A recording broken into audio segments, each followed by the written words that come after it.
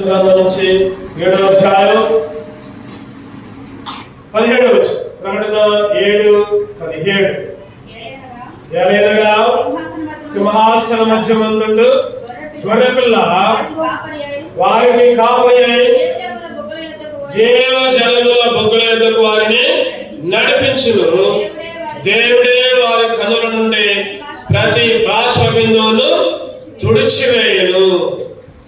మరలా ఒకసారి మనం ఈ వాక్యాన్ని మనం ధ్యానించడానికి దేవుడు కృపించాడు. గొర్రె పిల్ల జీవజలముల బొగ్గల యొద్దకు వారిని నడిపించును. పోయినసారి ఏం చదువుకున్నామంటే చెప్పండి, పోయినసారి గుర్తుందా ఎవరికన్నా? గొర్రె పిల్ల కాపరి అయి నడిపిస్తాడనే అంశాన్ని మనం ధ్యానం చేసాం. కాపరిలాగా ఉండి కాపరిగా ఎట్లా ఉన్నాడు చెప్పండి? కాపరిగా దేవాలయం అన్నాడు ఆయన. తర్వాత ఇంకా అంత పెద్ద గుర్తునే చూస్తా చెప్పండి.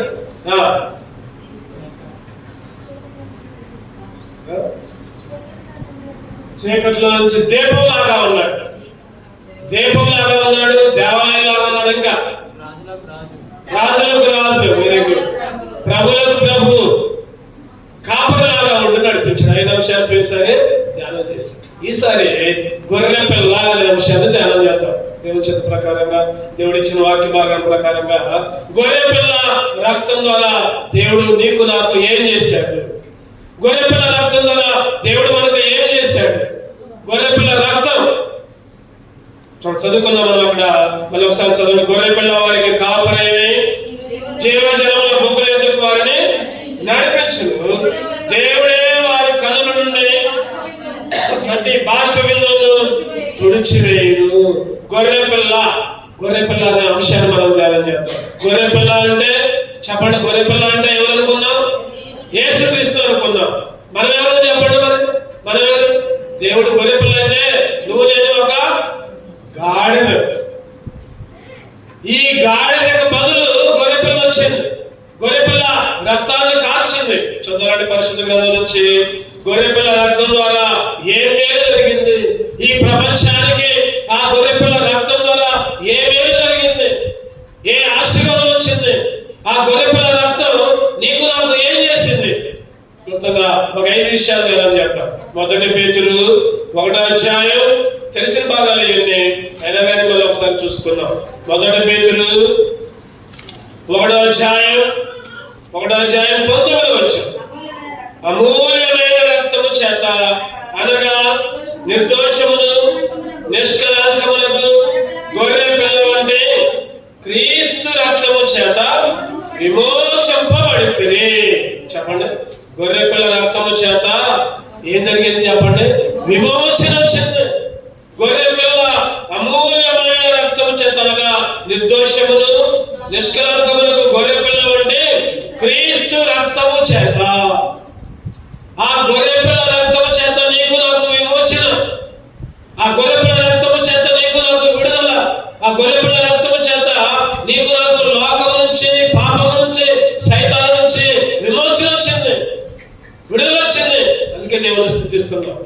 ఆ గొర్రె పిల్ల రక్తం, ఆ గొర్రె పిల్ల బలిగా వచ్చి చూద్దారండి. మనం గాడిదలు అంట.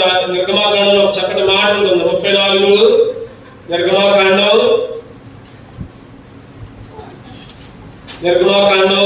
34:20 వచ్చు. నిర్గమాకాండం 34:20. గొర్రె పిల్లను ఇచ్చి గాడిద తొలి పిల్లను విడిపింపబడును, దాని విమోచింపని ఎడల దాని మెడను విరగదీయవలెను. గొర్రె పిల్లని ఇచ్చి గాడిద తొలి పిల్లలంట ఏం చేయాలి చెప్పండి? నువ్వు నేను ఎవరు అంటే చెప్పండి, ఎవరో మనం గాడిద. ఏ గాడిద చెప్పండి? ఏ గాడిద? కట్టబడిన గాడిద. మత్తయి సువార్త చదవండి అన్నమాట 21. మత్తయి సువార్త. ఈ కట్టబడిన గాడిద కొరకు వచ్చి విమోచించాడు ఆయన. మత్తయి సువార్త 21:2 వచనం. మీ ఎదురున్న గ్రామములకు వెళ్ళుడి, వెళ్ళగానే కట్టబడిన ఒక గాడిదయు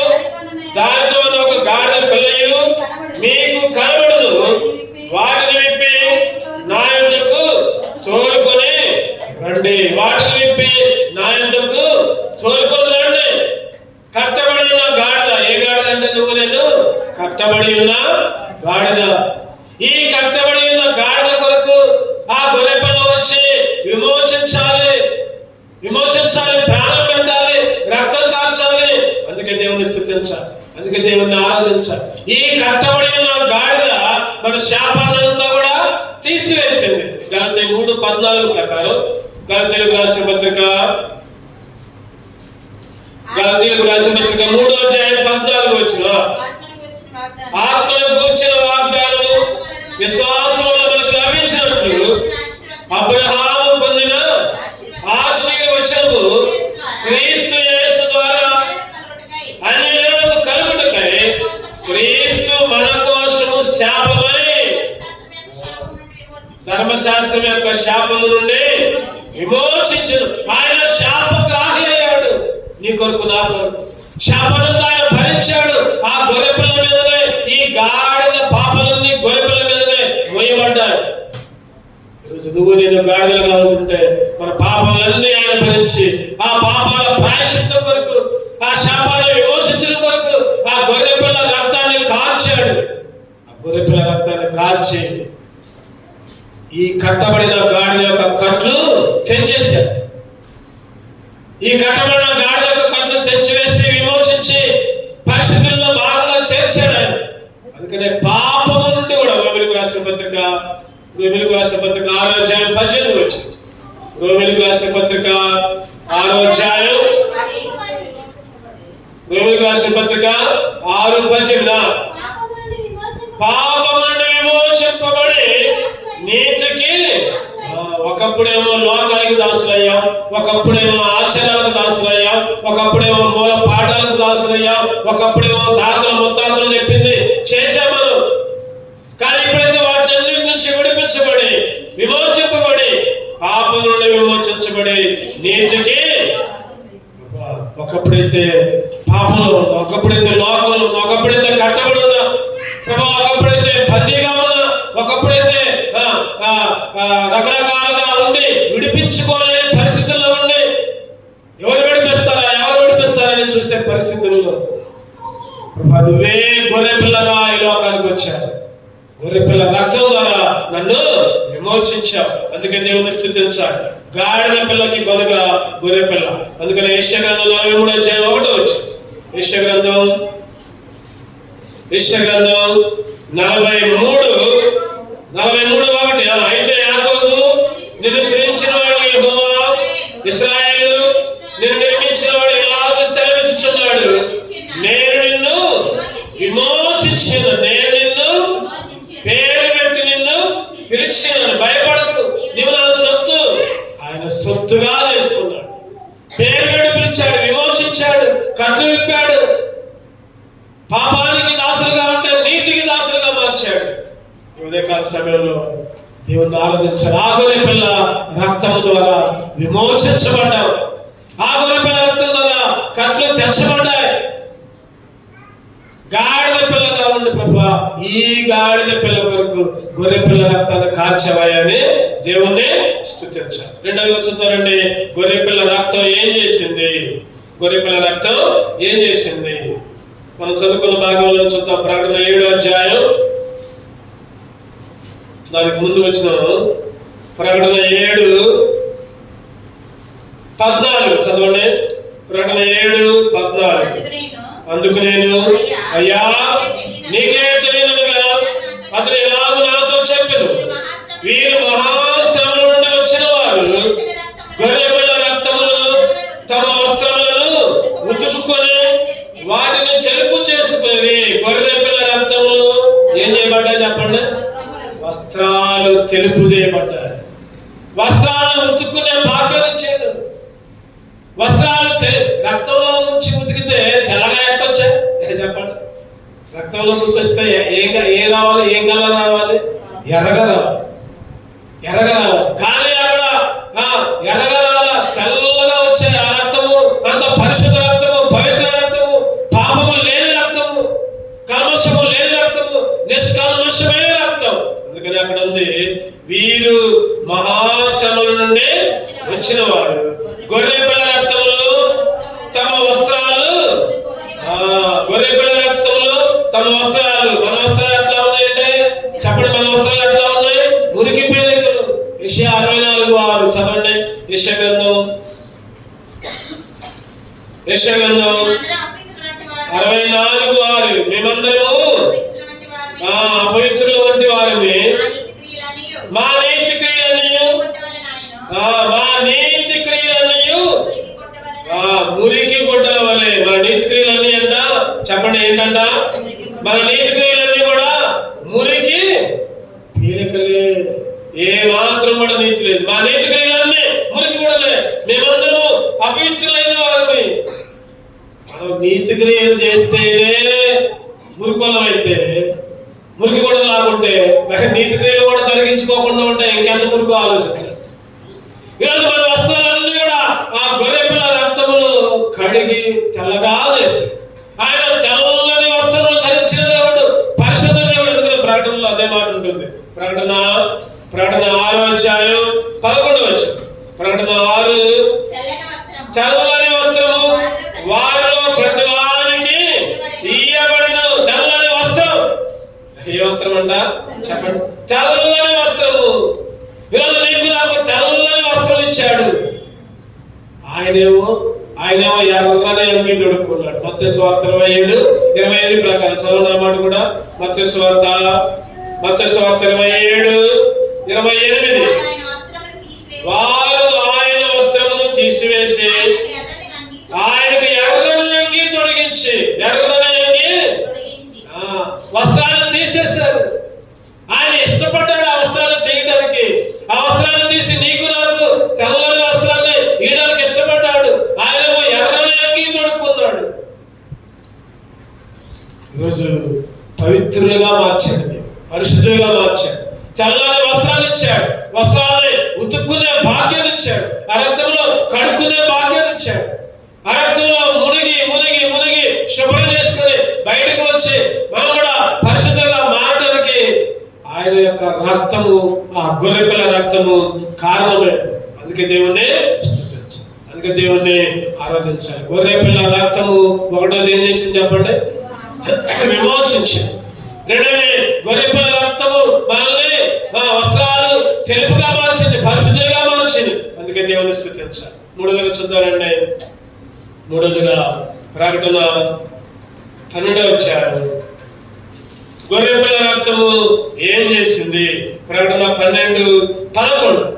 ప్రకటన 12:11 వారు గొర్రెపిల్ల రక్తమును బట్టి తామిచ్చిన సాక్ష్యమును బట్టి వారిని జయించున్నారు. కానీ మరణం వరకు తమ ప్రాణములను ప్రేమించిన వారు గొర్రెపిల్ల రక్తమును బట్టి ఏం చేశారంట?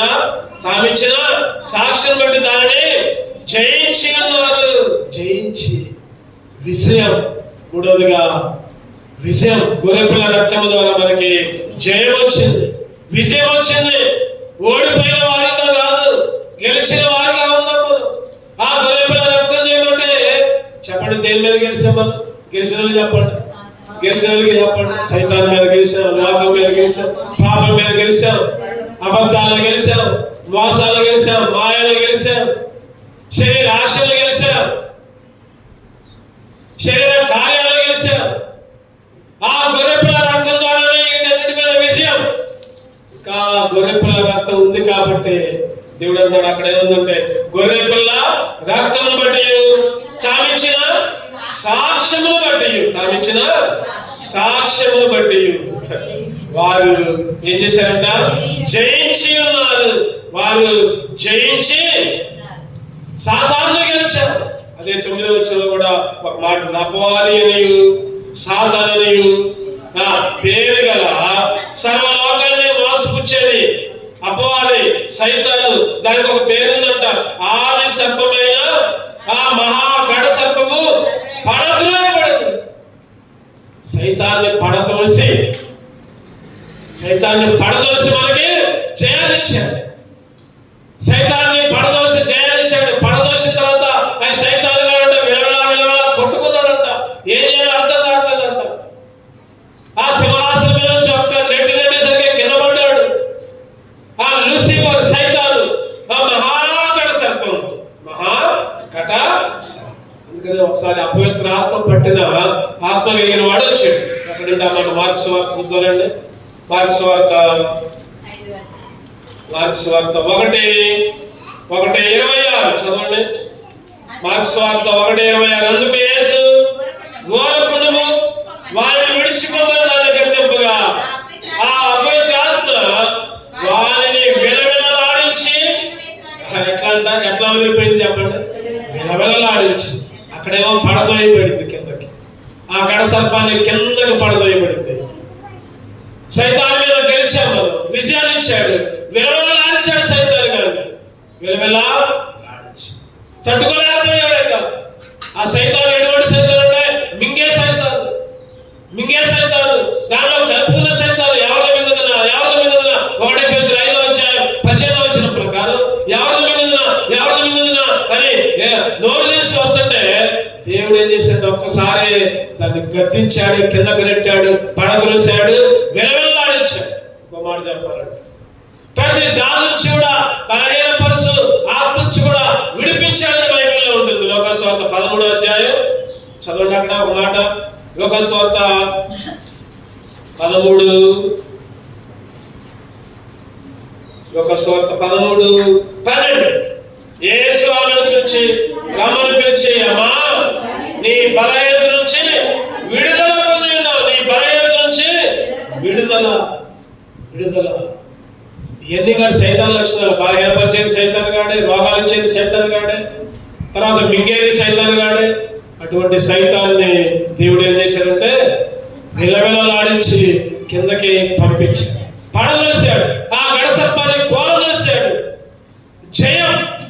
విజయాన్ని ఇచ్చాడు సైతాన్. ఈరోజు మనం ఈ ఉదయకాల సమయంలో దేవుణ్ణి ఆరాధించాలి. ఎందుకు ఆరాధించాలంటే, ప్రభా నేను ఓడిపోకుండా ఉంచాను. ప్రభా సైతాన్ మీద నన్ను ఓడిపోలేదు నాయన. ఈరోజు చాలా మంది ఓడిపోయారు సైతాన్ మీద.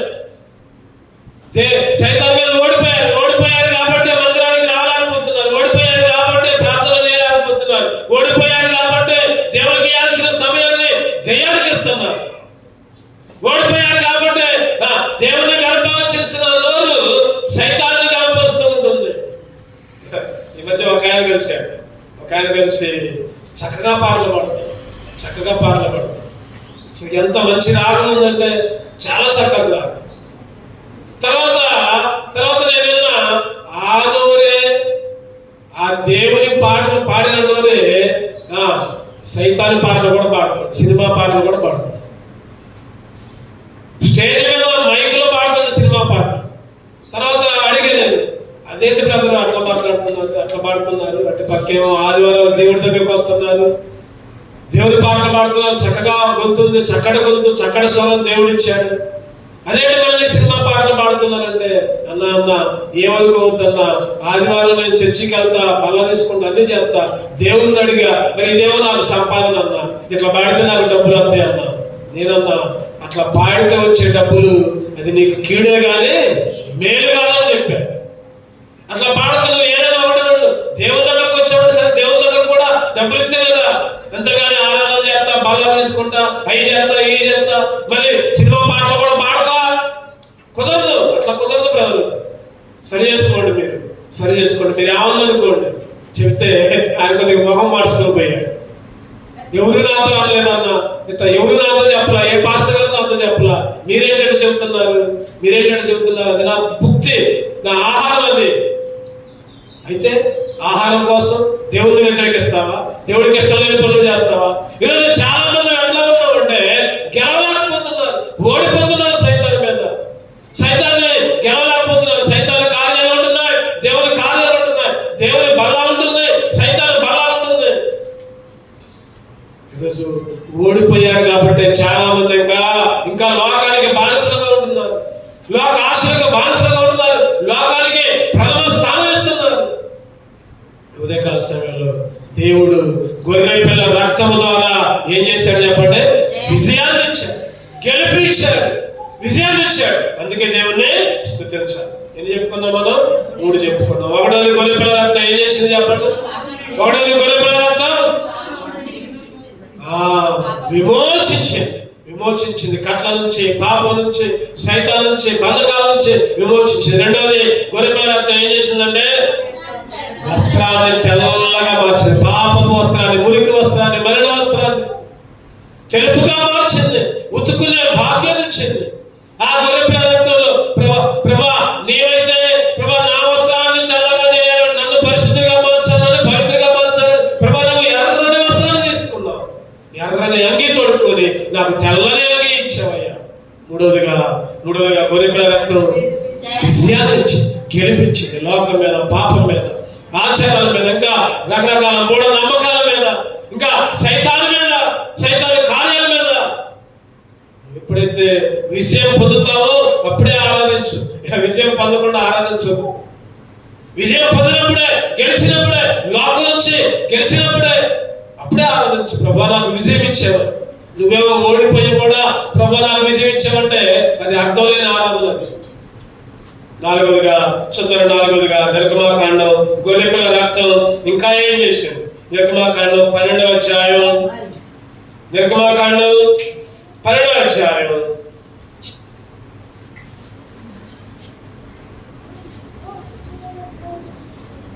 27 వచనం. నిర్గమాకాండం 12:27 మీరు ఇది యెహోవాకు పస్కా బలి, ఆయన ఐగుప్తీయులను హతము చేయించు మన ఇండ్లను కాచినప్పుడు ఆయన ఐగుప్తులను ఇశ్రాయేలీయులను విడిచిపెట్టెను అనవలనని చెప్పెను. విడిచిపెట్టెను అని అనవలనని చెప్పెను. 23వ వచనం కూడా చదువుకున్నాం. యెహోవా ఐగుప్తీయులను హతము చేయుటకు దేశ సంచారము చేయొచ్చు. ద్వారబంధపు పైకమ్మి మీదను 2 నిలువు కమ్మీల మీదను అద్దమును చూచి యెహోవా ఆ తలుపును దాటిపోవచ్చు మిమ్మల్ని హతము చేయుటకు మీ ఇండ్లలోని సంహారకుని చొరనీయుడు. ఆ రక్తం ఉంటే 1వ వచనం కూడా చదువుకుందాం. 12వ అధ్యాయం 3వ వచనం కూడా చదువుకుందాం. 3వ వచనం. మీరు ఇశ్రాయేలీయుల సర్వ సమాజముతో ఈ నెల దశమి నాడు వారు తమ తమ కుటుంబముల లెక్క చొప్పున ఒక్కొక్కడు గొర్రె పిల్లలను మేక పిల్లలను అనగా ప్రతి ఇంటికి ఒక గొర్రె పిల్లలను ఒక మేక పిల్లలను. అంటే ఈ 3 వచనాల ద్వారా గొర్రె పిల్ల రక్తం మరణము నుండి జీవమునకు నడిపించింది. 4వ ఆశీర్వాదం గొర్రె పిల్ల రక్తం ఏం చేసిందంటే విమోచించడం మాత్రమే కాదు, వస్త్రాన్ని తెలుపు చేయడం మాత్రమే కాదు, గెలుపుని విజయాన్ని ఇవ్వడం మాత్రమే కాదు, 4వదిగా ఏం చేసిందంటే మరణము నుండి జీవమునకు దాటించింది. అక్కడ ఎవరైతే రక్తం, ఆ గొర్రెపిల్ల రక్తం కానీ మేకపిల్ల రక్తం కానీ ఎవరైతే దారపు బంధాలకు పూసుకున్నారో వాళ్ళ దగ్గరికి మరణదూత రాలా, మరణదూత దాటిపోయింది. సంహరించలా, చంపలా. కారణం ఏంటంటే ఆ రక్తము మరణము నుండి జీవములోనికి దాటించింది. అదే అక్కడ మనం చదువుకున్నాం. ఆ గొర్రెపిల్ల రక్తం అంట సంహరించకుండా ఏం జరిగిందంట? 27 చూస్తే ఐగుప్తీయులను హతము చేయొచ్చు. ఏముంది అక్కడ? ఐగుప్తీయుల్ని వేరే వాళ్ళను చంపింది. ఇంకా ఉంది అక్కడ మన ఇండ్లను కాచినప్పుడు. ఎంత చక్కటి మాట చూడండి. ఐగుప్తీయులను హతం చేసింది, మనల్నేమో కాచింది. అంటే చావుకి అనుమతి ఇలా, మరణానికి అనుమతి ఇలా, మరణం నుండి దాటించింది. ఎక్కడికి దాటించిందంటే జీవంలోనికి. 4వదిగా ఆ గొర్రెపిల్ల రక్తము మరణము నుండి జీవంలోనికి, పాపము నుండి జీవంలోనికి దాటించింది. ఎలాగా? పాపము వలన వచ్చే జీతం మరణం. ఆ మరణం నుండి ఆ జీతాన్ని ఇయ్యకుండా ఆ మరణం నుంచి విడిపించింది. పాపము వలన వచ్చే జీతం మరణం కాబట్టి ఆ మరణానికి పాత్రలు మనల్ని అయితే ఆ గొర్రెపిల్ల రక్తం ద్వారా మరణము నుండి జీవనానికి దాటించింది. అందుకే దేవుణ్ణి స్తుతించాలి, అందుకే దేవుణ్ణి ఆరాధించాలి. యోహాను సువార్త 5వ అధ్యాయం 25వ వచనం. యోహాను సువార్త 5వ అధ్యాయం 25వ వచనం. మృతులు దేవుని కుమారుని శబ్దమును గడియ వచ్చుచున్నది, ఇప్పుడే వచ్చినది, దానిని వినువారు జీవించరని మీతో నిశ్చయముగా చెప్పుచున్నాను. ఏముందండి అక్కడ? మృతులు దేవుని కుమారుని వారి శబ్దము విను గడి వస్తున్నది. ఇప్పుడే దానిని విను వారు జీవిస్తారు, చనిపోయినా కూడా బ్రతుకుతారు, మరణానికి అప్పజెప్పబడరు, మరణం నుండి జీవంలోనికి దాటిస్తాడు దేవుడు. అందుకే దేవుణ్ణి స్తుతించాలి, అందుకే దేవుణ్ణి ఆరాధించాలి. 12:27 చదువుకుంటే మనం ఇందాక చదువుకున్న భాగాన్ని, ఆ ఐగుప్తీయులని హతము చేయక వారిని కాపాడొచ్చు. ఐగుప్తీయులని హతము చేయాల, ఐగుప్తీయులని హతము చేయాల. దాని ప్రకారం అంటే మరణానికి అప్పచెప్పల. అందుకనే దేవుణ్ణి మరణము నుండి జీవానికి దాటించారు. ప్రకటన 20:6. ప్రకటన 20:6. ఈ మొదటి పునరుద్ధానంలో పాల్గొన్న వారు ధనులను పరిశుద్ధులైనరు. ఇట్టి వారి మీద రెండవ మరణమునకు అధికారము లేదు. వీరు దేవునికి క్రీస్తుకును యాజకులై క్రీస్తుతో కూడా 1000 సంవత్సరాలు ఎంతకాలం ఉంటా? 1000 సంవత్సరాలు. ఇటు వారి మీదకి రెండవ మరణానికి ఏమాత్రం కూడా అధికారం లేదు. రెండవ మరణానికి అధికారం లేదు. ఈ లోకంలో పేదవాడే, ఈ లోకంలో దేనికి పనికిరాడు, ఈ లోకంలో ఏది లేదు, ఇల్లు లేదు, వాకిల్ లేదు, అడుగు తినేవాడు, ఆయన దగ్గర రొట్టె ముక్కలు అడుక్కునేవాడు. ఈ లోకంలో మరణానికి మాత్రం అధికారం ఉంది, కానీ రెండవ మరణానికి ఏమాత్రం కూడా అధికారం. ఎవరైనా చెప్పండి. లాజరు ఈ లోకంలో ఉన్నప్పుడు కుష్ఠవ్యాధి, కుక్కలకే, చీము గారింది, చీచి అని అందరూ అసహించుకున్నారు. అయ్యా ఆ ధనవంతుడేమో దర్జాగా భోజనం చేస్తుంటే, ఓదరాలు బట్టలు వేసుకొని భోజనం చేస్తుంటే రాలిన మొక్కలు ఏరుకొని తిన్నాడు, చనిపోయాడు. మొదటి మరణానికి అధికారం ఉంది, కానీ రెండవ మరణానికి అధికారం లేదు. ఎక్కడ ఉన్నాడు చెప్పండి? అబ్రహాము రములు. రెండవ మరణానికి ఏమాత్రం కూడా అధికారం లేదు. అంటే మరణము నుండి ఎక్కడికి పోయాడు? ఇప్పుడు లాజరు జీవంలోనికి పోయాడు. లాజరు గానే కాదు, ఈరోజు నువ్వు నేను కూడా మరణము నుండి జీవంలోకి నడిపించాడు ఆ గొర్రెపిల్ల రక్తము ద్వారా. ప్రభా, నాకు రెండవ మరణానికి నా మీద ఏ అధికారం లేకుండా చేస్తావయ్యా, అందుకే నేను ఆరాధిస్తున్నాను. ప్రభా, మరణానికి పాత్రనైన నన్ను విడిపించి జీవంలోకి దాటించాను ఆయన. చెప్పండి, మనం దాటగలమా? దాటలేదు. ఆయనే తోడుగా ఉండి దాటిచ్చాడు, ఆయనే చేయబట్టుకొని దాటిచ్చాడు. ఐగుప్తీయుల్ని హతము చేసే మరణ దూతకి మనల్ని అప్పచెప్పలా.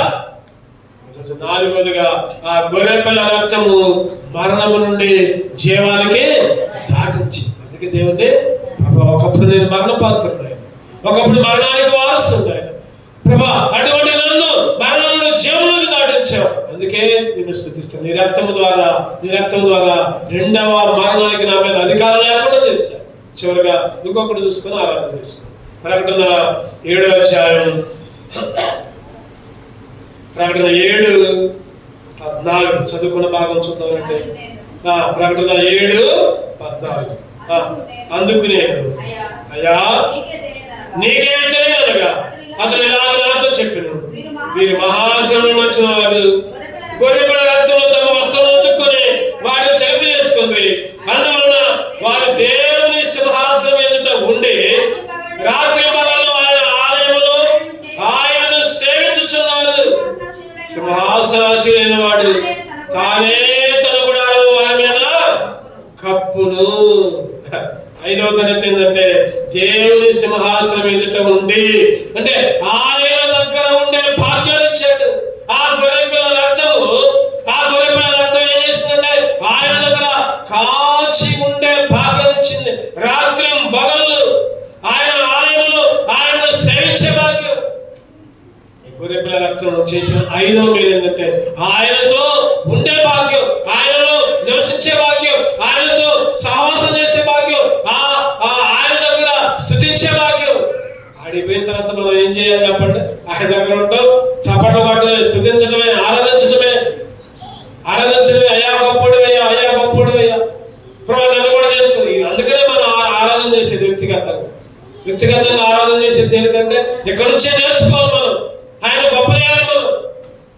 అందుకనే అక్కడ అదే ప్రకటనలో ఒక చక్కటి మాట ఉంటుంది, చదవండి. అదే ప్రకటనలో ఒక మాట ఉంటుంది. అక్కడంటే 2వ అధ్యాయం 22వ అధ్యాయం 4వ వచనం. 22:4. ఆయన దాసులు ఆయనను సేవించుచు ఆయన ముఖ దర్శనము చేయుచుందురు. ఆయన నామము వారి నొస్తలయందును రాత్రి ఎన్నడూ ఉండదు. చాలు. ఆయన దాసులు ఆయన సేవించుచు ఏం చేస్తారంట? ఆయనను సేవించుచు ఆయన ముఖ దర్శనం. ఏ దర్శనం? ముఖ దర్శనం. ఆయన చూచే భాగ్యం, ఆయన కొనియాడే భాగ్యం, ఆయన ఆరాధించే భాగ్యం, ఆయన సేవించే భాగ్యం, ఆయన దగ్గర ఉండే భాగ్యం, ఆయన దగ్గర ఉండే భాగ్యం. ఎంత గొప్పదని చెప్తాం, ఎంత గొప్పదని చెప్తాం.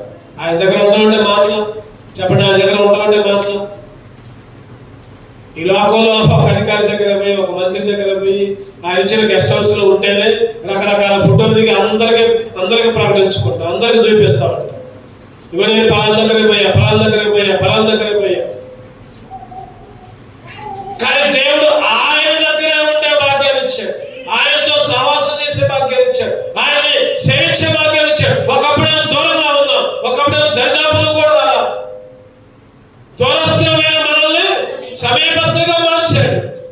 సమీపస్తులుగా మార్చడం మాత్రమే కాదు, ఆయన దగ్గరుండి ఆయన్నే సేవించే భాగ్యాన్ని. ఎఫెసీ 2వ అధ్యాయం 13వ వచనం చదవండి.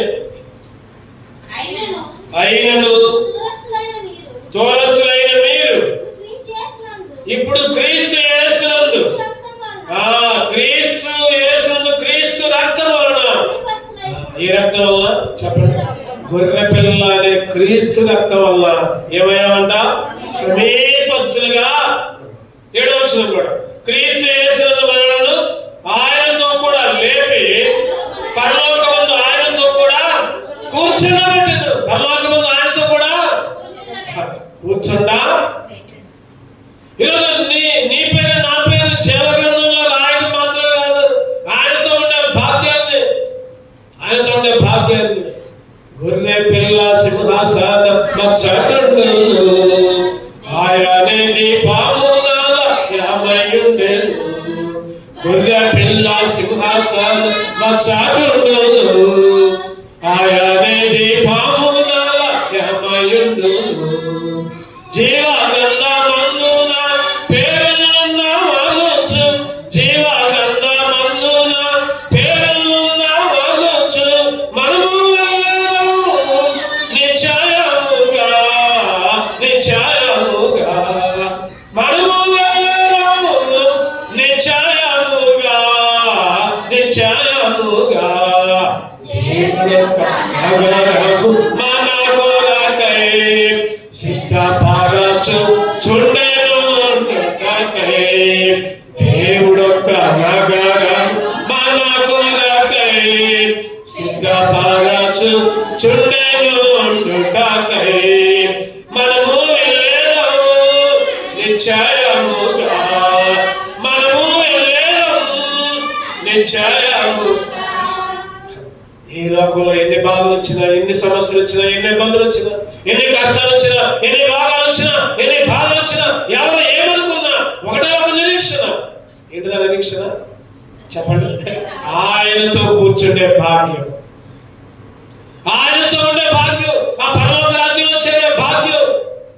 జీవ గ్రంథమందు నా పేరు ఉంది అనుకుంటా సంతోషంగా గంతులేసుకుంటా. ఏదైనా గుర్తొస్తే, ఏదైనా బాధ వస్తే నేను ఇదే పాడుకుంటా పాట. ప్రభువా, నా పేరు జీవ గ్రంథంలో ఉంది, నాకు ఇంకేం కావాలి? ఇంకేది అక్కర్లా, ఇంకా ఏది అక్కర్లా. ఈ లోకంలో ఉన్నది ఏది నాకు అక్కర్లా, ఈ లోకంలో ఉన్నది ఏది కూడా నాకు అక్కర్లా. నువ్వు ఉంటే నాకు. అటువంటి అనుభవంలోకి రావాలి మనందరం కూడా.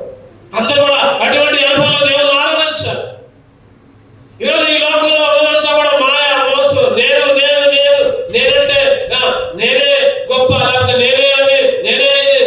దేవుడి మీద అలుక్కుంటూ, సంఘం మీద అలుక్కుంటూ, మనుషుల మీద అలుక్కుంటూ, సాగుల మీద అలుక్కుంటూ, కుటుంబంలో అలుక్కుంటూ, భర్త మీద అలుక్కుంటూ, బాధ మీద అలుక్కుంటూ, లేదా బిడ్డ మీద అలుక్కుంటూ, దేవుడికి దూరంగా ఉంటే. రాత్రి ఒక ఇన్సిడెంట్ జరిగింది, రాత్రి జరిగింది. మంచి ఉద్యోగి, సాఫ్ట్వేర్ జాబ్ చేస్తున్నాడు, సాఫ్ట్వేర్ ఉద్యోగి. గుంటూరులో వాళ్ళ అమ్ముందంట, గుంటూరులో వాళ్ళ అమ్ముందంట. వాళ్ళ అమ్మని వృద్ధాప్యంలో హాస్పిటల్కి తీసుకోవాలి, కొద్దిగా టాబ్లెట్లు కావాలయ్యా, నాకు తెలియట్లేదయ్యా, షాపుకి పోయి తెచ్చేవాళ్ళు ఎవరు లేదయ్యా అని అంటే, ఎట్లాగో ఆదివారమే కదా, నేను వస్తానమ్మా అని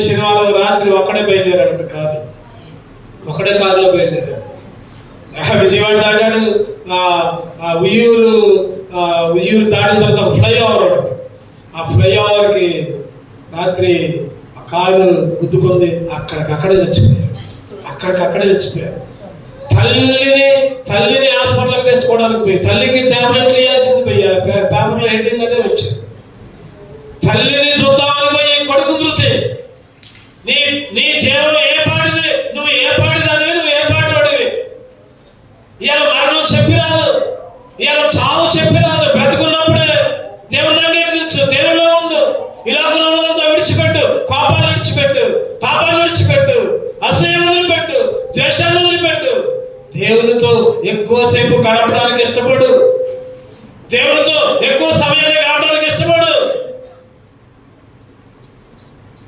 ఎవరైతే గొర్రెపిల్ల రక్తంలో ఉతకబడ్డారో వాళ్ళంట ఆయనతో కూర్చుండే గొర్రెపిల్ల రక్తం. గొర్రెపిల్ల చెప్పండి, ఏం చేసింది గొర్రెపిల్ల రక్తం? మొదటిగా విమోచించింది. కట్ల నుంచి, పంది నుంచి, గాడిదగా ఉంటే, కట్టబడిన గాడిదగా ఉంటే విమోచించింది. రెండవదిగా గొర్రెపిల్ల వస్త్రాన్ని కడిగేసింది. రక్తాన్ని, ఆయన రక్తం ద్వారా మన పాపపు వస్త్రాన్ని కడిగింది, శుభ్రం చేసింది, తెల్లగా చేసింది, పరిశుద్ధ వస్త్రంగా మార్చింది. మూడవదిగా గొర్రెపిల్ల రక్తం విజయాన్ని ఇచ్చింది, గెలిపించింది, జయాన్నిచ్చింది సైతాన్ మీద, లోకం మీద, లోకాసుల మీద. నాలుగవదిగా ఆ గొర్రెపిల్ల రక్తం మరణం నుండి జీవంలోనికి దాటించింది. మరణానికి అర్హులు, మరణానికి పాత్రులు, మరణానికి అప్పచెప్పల. మనం చేసిన పాపానికి జీతం ఏంటంటే మరణమనే జీతాన్ని తీసుకునే నాకు, మరణమనే జీతాన్ని పొందుకోవడానికి అర్హత మనల్ని మరణం నుండి జీవంలోకి దాటించింది. అందుకే ఆయన స్తుతించాలి. చివరగా ఆ గొర్రెపిల్ల రక్తం ఆయనతో కూర్చుండే భాగ్యాన్ని ఇచ్చింది. దూరస్థమైన మనల్ని సమీపస్థంగా చేసే భాగ్యం ఇచ్చింది.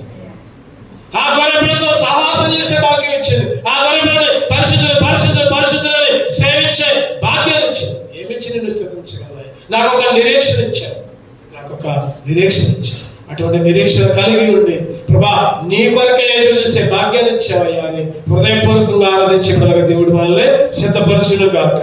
దేవుడి వాక్యాన్ని దీవించును. 2 నిలబడదాం.